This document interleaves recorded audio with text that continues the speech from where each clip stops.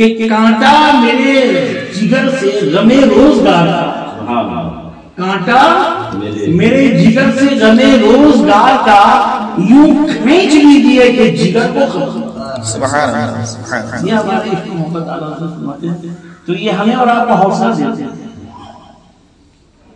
لیکن ابھی جو مولانا صاحب آپ حضرات کے بیچ ہم سب لوگوں کے بیچ بات کر رہے تھے، ان تمام باتوں کو اگر نچوڑ کر میں آپ حضرات کی خدمت میں چند لفظوں میں کہنا چاہوں تو پھر اعلیٰ حضرت کی بارگاہ اور ان کی چوکھٹ کی حاضری دینی پڑے گی۔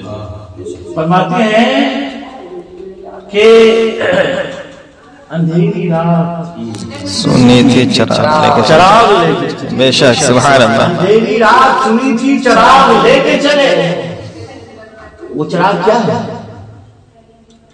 چراغ نبی دو عالم صلی اللہ علیہ وسلم کی عقیدت و محبت اور ان کی سنت۔ بے شک میرے محترم بزرگ دوستو، ہم اور آپ ان کے ماننے والے ہیں۔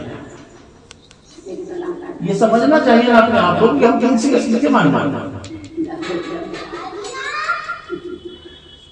ایک چھوٹی سی مثال سے اگر اپنی بات میں ختم کر دوں، ڈاکٹر راجندر پرساد ہندوستان کا سب سے پہلا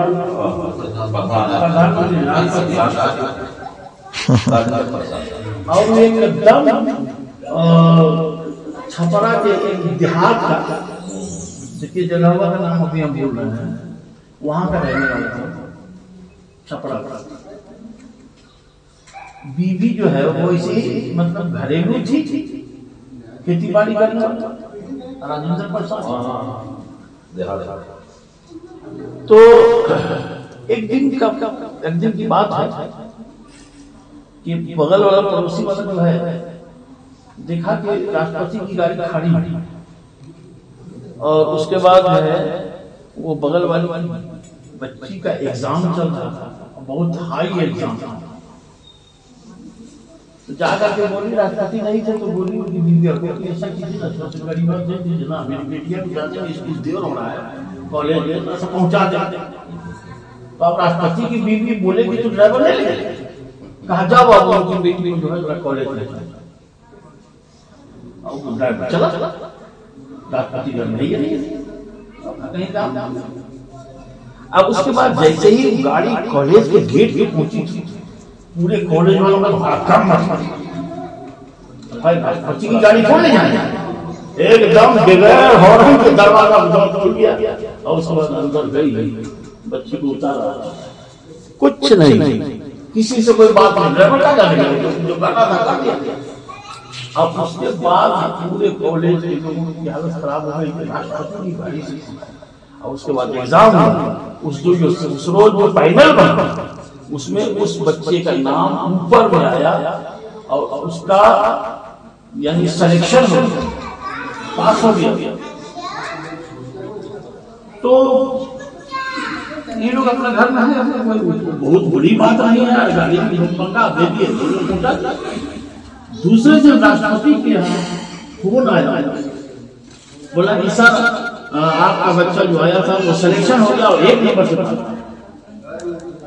بولا میرا بچہ سلیکشن ہو گیا، پاس ہو گیا 1 نمبر، یہ کون ہے؟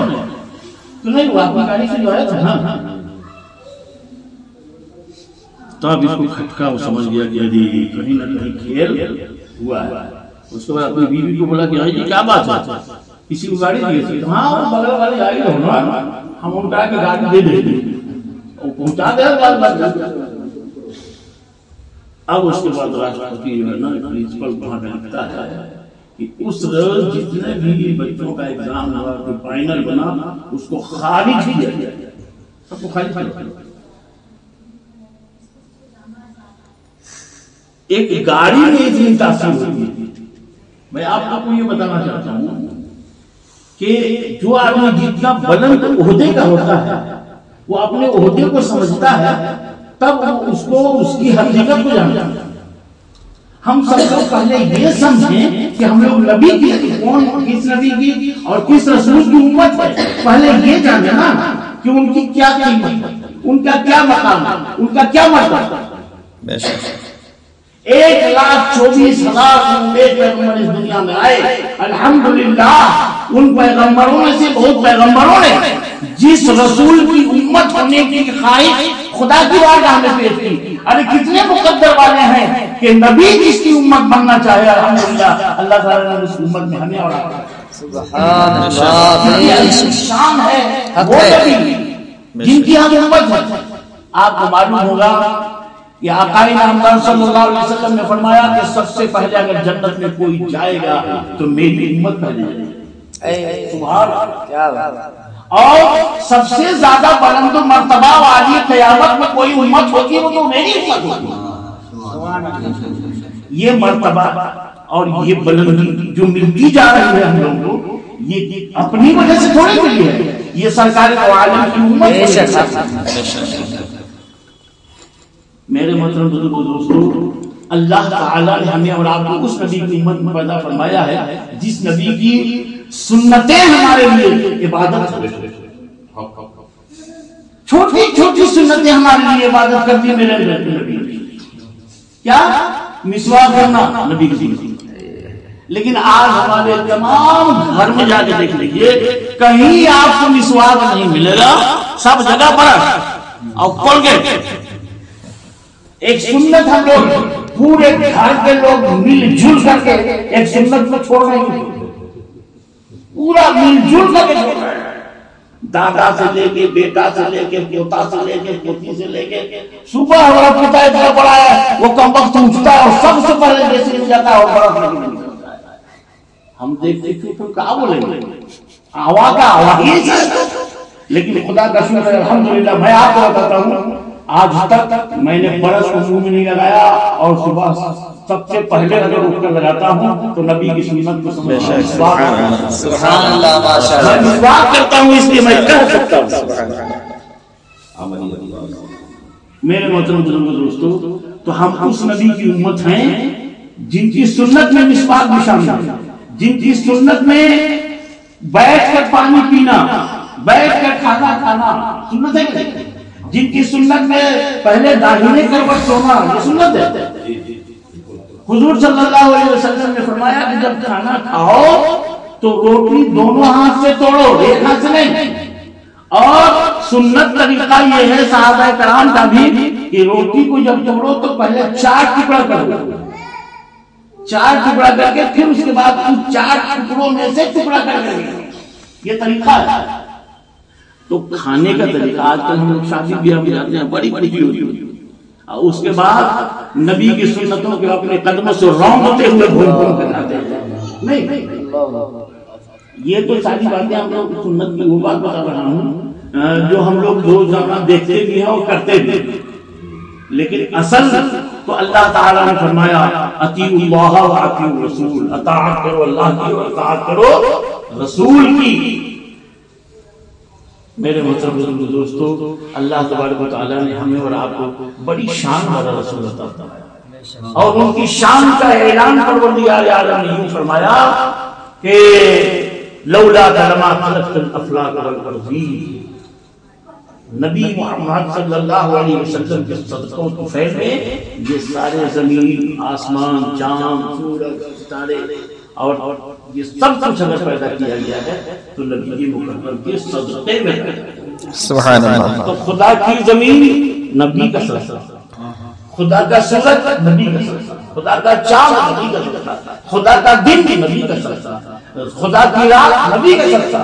تو سب نبی کے صدقے میں ہم ہیں اور اسی نبی کی ہوئی کہ ہم اگر عدل کریں تو بولیے آپ ہم اور آپ.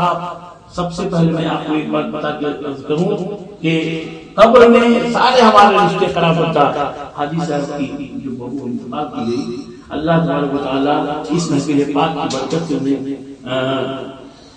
کروٹ جنت نصیب فرمائے, ان کے صغیرہ کبیرہ خطاؤں کو معاف فرمائے. اور انہوں نے جو بچے چھوٹے چھوڑے ہیں اللہ نے اگر ان بچوں کے سر سے ماں کا سایہ اٹھایا تو اس سے بہتر رحمت کا سایہ آیا. میرے محترم دوستو سب کو مٹی دے کے چلے آئیں گے گھر, اگر وہاں سب سے پہلے کوئی آپ کا ساتھ ملے گا تو آقا نامدار صلی اللہ علیہ وسلم اور حضور صلی اللہ علیہ وسلم کا جلوہ دکھایا ہے۔ میرے محترم، جس نبی کا جلوہ روح نکلنے کے بعد پہلے اگر کسی کا ہونا ہے تو فرشتوں کے ساتھ آقائی نامدار کا جلوہ ہماری اور آپ کے سامنے ہوگا۔ تو اسی نبی کا جلوہ ہماری آنکھوں کے ساتھ تمام لوگوں کا ساتھ چھوڑنے کے بعد ملاقات قبر میں سب سے پہلے ہوگی تو رسول سے ہوگی، اس لیے کہ فرشتے انہی کی طرف اشارہ کر کے پوچھیں گے کہ ان کے بارے میں کیا کہتے تھے۔ تو میرے محترم، اسی لیے نبی نے فرمایا لا يؤمن احدكم حتى اكون احب اليه من والده وولده ووالده۔ تو اس وقت تک مومن نہیں ہو سکتے جب تک اپنے والدین سے، جب تک اپنے بال بچوں سے، جب تک اپنے مال سے، یہاں تک کہ اپنی جان سے زیادہ نبی سے محبت نہیں کرو گے تو تم کامل مومن نہیں ہو۔ یہ نبی کہتے ہیں۔ تو ہم سب لوگ ایسے نبی کی امت ہیں، الحمدللہ ایسے رسول کی امت ہیں جن کے صدقے میں سب کچھ خدا نے بنایا ہے، اور ان کی بڑی شان ہے، رحمت والے ہیں وہ، اور ان کے صدقے ہم کل قیامت میں اگر رسوا ہوں گے تو بولیے ہماری تو ہوگی ہی ہوگی۔ امام الانبیاء کیا سوچے کہ ہم نے اسے کتنا آسانیاں دی تھی، کتنا اس کے لیے ہم نے سہل بنا دیا تھا شریعت کے دین کو، اس کے بعد بھی ہم نے کیا۔ میرے محترم، اللہ تبارک و تعالی ہمیں اور آپ کو نبی کی امت میں پیدا فرمایا، یہ اس کا کرم ہے، اور اسی سے التجا کرتے ہیں کہ مولا اس نبی کی تمام سنتوں پہ ہمیں عمل کی توفیق بھی عطا فرما دے۔ یہ تیرا بھلا ہے۔